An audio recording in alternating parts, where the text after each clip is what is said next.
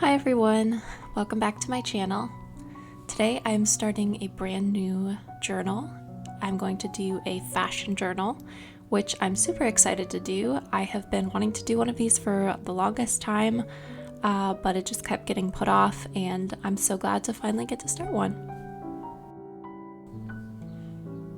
So I am using one of the 8-inch square notebooks from Archer and Olive. I saw these recommended by Plant-Based Bride, who is another bullet journal YouTuber, and I am really enjoying it thus far. For my cover page here, I wanted to do something that was very collagey, kind of funky, and using like a 70s font. So I looked up a font that felt very on trend right now for the word fashion. And then this is one of my favorite sayings, fashion-wise.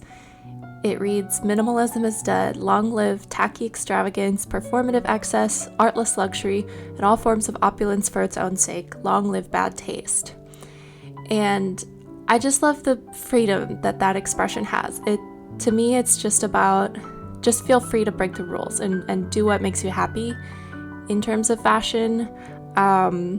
Because for me at least, I can get so caught up in perfection and in trying to look a certain way and in wondering if what I'm wearing is cool versus wondering if what I'm wearing is something that I like.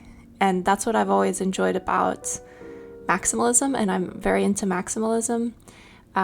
It's just the idea of kind of doing it on your own terms, not about the coolness factor. So for all the collages where you see kind of colorful paper, I actually got these out of an outdated science encyclopedia that I found at Goodwill for $2.99. And I highly recommend checking out a local thrift store, secondhand store, whatever you have, if you're looking for journaling supplies / collage supplies. You'd be amazed at what they have. I saw a gorgeous set of Prismacolor pencils at the Goodwill as well. I already have a full set of Prismacolors, so I left them for someone who will actually need them more than I do. But you can find all kinds of great journaling stuff, and then, like is the case for here, if you're thinking creatively, there's tons and tons of old art books or old whatever geography books, whatever you're interested in doing. I guarantee there are tons and tons of books that are never used, that are out of date, that are probably going to end up in a dumpster at some point, and they're great collage material. So this spread is for my goals and wish list. The goals are straight from my New Year's resolutions style category, which I make every year and update every year. And then the wish list, I'm actually not sure how much I will update this wish list since I'm planning on keeping a specific wish list for each month, but we shall see. And then I am doing a skin and perfume page. I already have a whole highly detailed perfume spreadsheet, so I'm not sure how much I'm going to use this page, but I wanted a spot for a wish list at the very least. And then for skin, I might end up also making a spreadsheet because I want to track ingredients in particular and cost per ounce. I have very finicky skin, very sensitive and dry skin, so certain ingredients, and there are many of them, drive my skin crazy, and I really want to take it a little more seriously and figure out exactly a good skincare routine for me. And then I love perfume, and I'm super into perfume. I have tons and tons and tons of different indie perfumes, and I always love tracking which ones I have. I like to be able to smell like a tomato leaf or a sprig of lavender or a cinnamon roll. There is an indie perfumer out there who can make you smell like just about anything you want, and I'm trying to get there.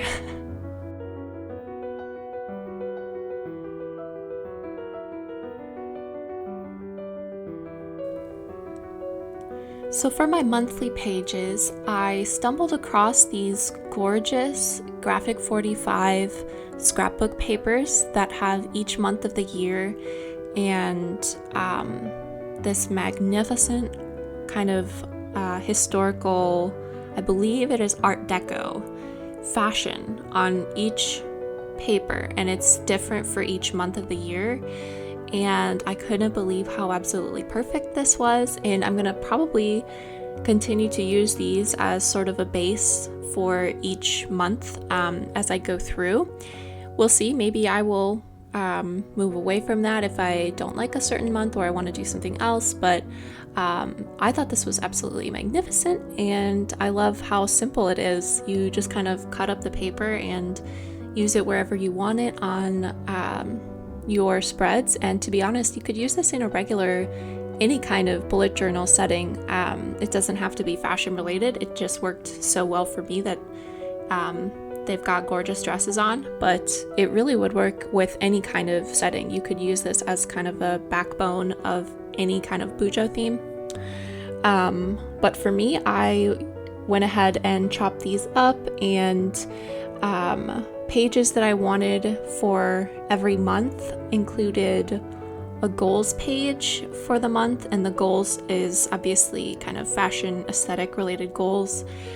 So for example, for June, one of my goals, I didn't write it down, but I want to try a new makeup tutorial that I've never tried before. And then I also have an outfit and perfume tracker to keep track of notable outfits, anything that I think is cute, and what perfumes I'm wearing. I like to keep track of what I'm gravitating towards. Some perfumes are super seasonal and I want to wear them only in the summer or only in the winter, and I always like to be able to look back and see what I was wearing. Some additional spreads that I wanted to incorporate into the monthlies are a trend report, so I'll fill that out with maybe the top 5 fashion trends that I've seen on TikTok, stuff I'm into. So that could be anything from a historical period of fashion, a show that has really great outfits, even like a set of art or illustrations from a particular book series, anything that I can sense is kind of affecting my aesthetic or molding itself onto my aesthetic at that time being. And then thrift store finds. I love thrifting, and it's always fun to get to talk about that. And then a wish list. And then the last spread is for loves, so that's where I'm going to do my illustrations of anything that I'm currently obsessed with. This in particular, I tend to save for things like many $1,000 dresses that I will never be able to afford, but that are beautiful and I don't want to forget about.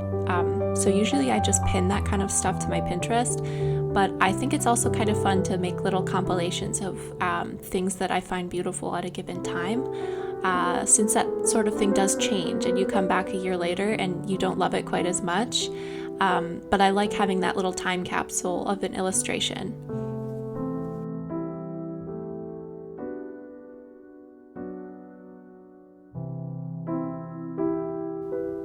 So that is my setup for my fashion journal.